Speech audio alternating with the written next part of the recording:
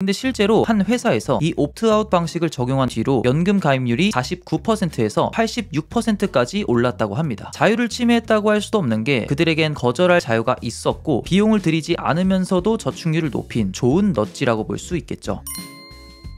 오늘 들고 온 책은 넛지입니다. 개정판이고요. 한국에서 인기가 많습니다. 사람의 마음을 움직이는 법으로 유명한 책. 근데 생각보다 사회 경제 얘기가 많습니다. 책 중반까지는 실생활에서 적용하는 넛지, 그리고 나머지는 사회 전반에 대한 얘기가 많아요. 그리고 용어가 조금 어렵습니다. 이성 친구 꼬시는 법, 인간관계 잘하는 법, 이런 식으로 접근하시면 꽤 실망스러우실 거예요. 아무튼 이 책에 무슨 내용이 있는지 한번 알아가 보겠습니다.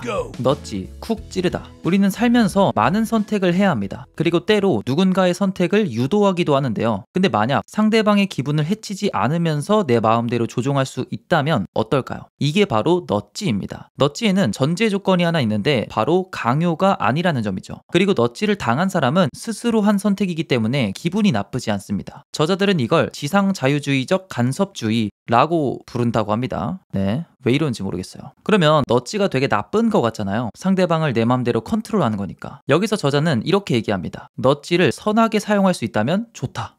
선한 넛지는 뭘까요? 일단 넛지를 알기 전에 넛지에 취약할 수밖에 없는 인간의 속성에 대해서 알아야 됩니다. 인간은 굉장히 나약한 존재죠. 우리의 기억력은 한계가 있고 지갑 핸드폰을 두고 나오기를 반복하죠. 근데 그에 비해서 바깥 세상은 너무 스마트해졌어요. 즉 인간이 처리할 수 있는 정보의 양을 넘어섰다고 볼 수 있는데요. 이럴 때 우리는 뭔가를 모르는 상태에서 선택을 해야 하는 그런 상황이 종종 발생합니다. 핸드폰을 살 때도 알뜰폰으로 갈지 통신사로 갈지 SK로 갈지 KT로 갈지 사은품은 어디가 더 좋은지, 보험을 들 때도 보험사를 낄지 다이렉트로 할지, 이 특약은 뭐가 좋은지, 이런 걸 다 따져봐야 된단 말이죠. 우리의 본능은 최적의 선택을 원하는데 사회가 그렇게 호락호락하지가 않습니다. 자, 여기서 넛지가 필요한 이유, 올바른 결정을 내리기 어려운 우리에게 전문가의 간섭을 살짝 추가해주기 위해 예를 하나 들자면 미국 사람들이 저축을 잘 안 한대요. 이게 뭐 물가도 높고 여러 가지 요인이 있긴 한데 만약 국민 저축률을 높이는 목적으로 대통령이 나와서 저축하세요 하면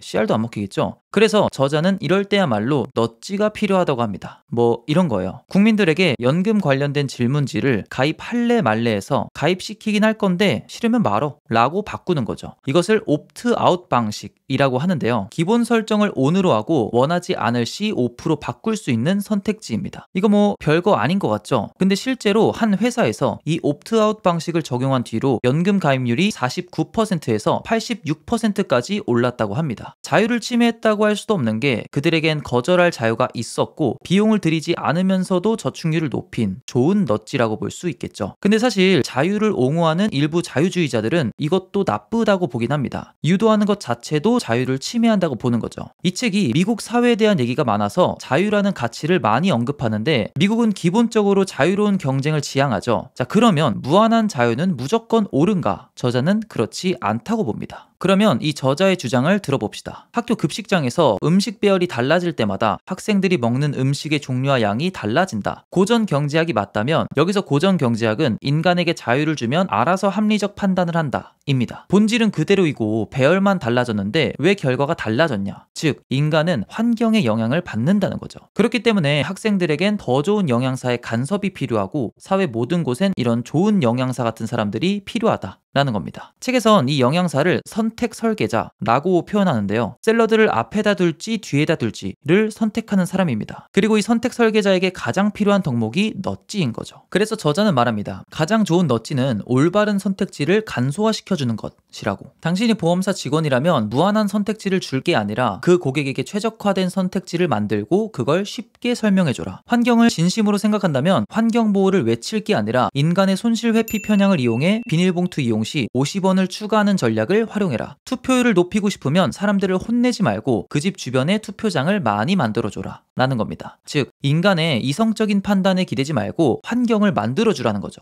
특히 큰 영향을 미치는 선택에는 더욱더 넛지가 필요하다고 합니다. 예를 들면 전재산이 걸린 집계약, 보험가입, 각종 큰 단위의 대출, 이런 건 한 번 잘못 선택하면 인생이 하드코어로 변한단 말이에요. 이럴 때 무한한 선택지를 주고 고르게 하는 게 아니라 좋은 넛지를 부릴 수 있는 사람이 필요하다는 거죠. 그러면 반대로 나쁜 선택 설계자는 뭐가 있을까요? 책에는 없지만 우리나라의 케이스로 생각을 해보면 최근 10개월간 총 2,700 7,709건, 6,935억 원의 피해액을 낸 전세 사기 사건. 건축주랑 부동산이랑 짜고 가격 부풀린 다음에 팔고 명의 바꾸고 도망가는 전형적인 나쁜 넛지입니다. 실제로 제 지인분들도 이걸 한 두어 분 당했습니다. 경매로 넘어갔어요. 굉장히 안타까웠죠. 보이스피싱은 어떤가요? 유튜브 허위 광고는 어떤가요? 다 안 좋은 넛지죠. 그러니 넛지에 대한 이해는 우리를 보호하는 수단도 되고 누군가를 도와줄 수도 있는 그런 수단도 되겠죠. 그런데 반대로 개인의 이득을 위해서 일부러 과정을 복잡하게 만든다면 이것을 바로 넛지의 반대 개념, 슬러지라고 합니다. 여러분도 흔히 볼 수 있는 건데 웹사이트에서 고객 정보를 얻으려고 쿠키 수집이란 걸 하거든요. 이게 기업한테는 되게 중요하다고 해요. 근데 가끔 보면 이 쿠키 수집에 거절하면 해당 컨텐츠를 보기 힘들게 막 핵심 내용을 가리고 있고 이런 데가 있어요. 결국 귀찮아서라도 예스를 누르게 만듭니다. 이게 바로 슬러지죠. 또 어떤 어플들은 구독할 때는 간편한데 해지할 때를 복잡하게 만들어서 중도 포기하게 만들기도 합니다. 슬러지죠. 여러분 핸드폰 통신사 바꾼다고 하면 바꾸지 말라고 혜택 주는 거 아시죠? 멜론도 그렇습니다. 해지한다고 하면 100원으로 한 달 더 쓰게 해주고 막 그러거든요. 지금은 어떤지 모르겠어요. 아무튼 저자는 이렇게 얘기합니다. 충실한 고객한테 더 줄지는 못할지언정 나간다는 사람을 더 챙기는 게 맞냐? 라는 거예요. 도의적으로는 이게 맞는 말이죠. 그래서 이런 슬러지를 이용하는 기업들의 케이스도 단순히 마케팅으로 우리가 허용할 게 아니라 어느 정도는 지적할 줄도 알아야 된다 라는 주장이 있습니다. 책의 반 정도는 사회, 정치, 경제 얘기인데 너무 포괄적이어서 제일 임팩트 있었던 거 딱 하나만 얘기할게요. 바로 장기 기증에 대한 얘기가 있는데 이런 겁니다. 장기 기증자가 부족해 많은 사람들이 치료를 못 받는다. 이때 정부가 넛지를 내서 장기 기증 퍼센트를 높이는 건 어떻냐. 사고가 일어나거나 건강이 악화되면 유가족들은 슬픔에 빠져 장기 기증 동의에 대한 감정적인 선택을 할 수 있으니 그 전에 건강한 사람들에게 옵트아웃 방식으로 당신은 장기 기증에 반대하십니까? 라고 물어봐 놓는 건 어떻냐. 또 운전면허를 갱신할 때 장기 기증자가 될 마음은 여전하시죠? 라고 질문해서 재확인하는 건 어떠냐. 이렇게 했을 때 유가족이 슬픔에 빠져 장기 기증에 일단 반대할 순 있지만 의사가 부드럽게 당신의 소중한 가족이 살아계셨을 적 이런 생각을 하고 계셨으니 우리가 그 마음을 존중해 주는 건 어떨까요? 라고 물어볼 수 있는 하나의 장치를 마련해 놓는 건 어떠냐. 그들의 슬픈 감정은 이해하나 우리는 새 생명을 살릴 수 있다는 것에 큰 의미를 부여해야 한다. 그러니 이런 넛지는 사회적으로 꽤 쓸만한 넛지가 아닐까? 뭐 이런 겁니다. 꽤나 설득력 있죠. 우리나라도 장기 기증 동의 비율이 낮은 편이라고 하는데 한 번쯤은 생각해 볼 만한 그런 얘기가 아니었나 싶습니다. 아쉬웠던 점은 하나의 개념에 반복되는 내용이 많아요. A라는 개념을 두고 B, C, D, F까지 예시를 드는. 그러니까 좀 반복이 많다. 그런데 다른 분들도 비슷하게 생각하시더라고요. 이런 리뷰들을 보면 확실히 어렵고 반복적인 건 맞습니다. 그리고 저는 특히 하고 싶었던 말이 정치적인 성향이 드러난다고 봤어요. 예를 들면 이런 거예요. 보통 LGBT나 동성애는 미국 진보 측에서 자주 언급하는 내용이거든요. 근데 책 초창기에 이런 내용이 나와서 정치적인 성향이 확실히 있는 것 같더라고요. 특히 마지막 장에는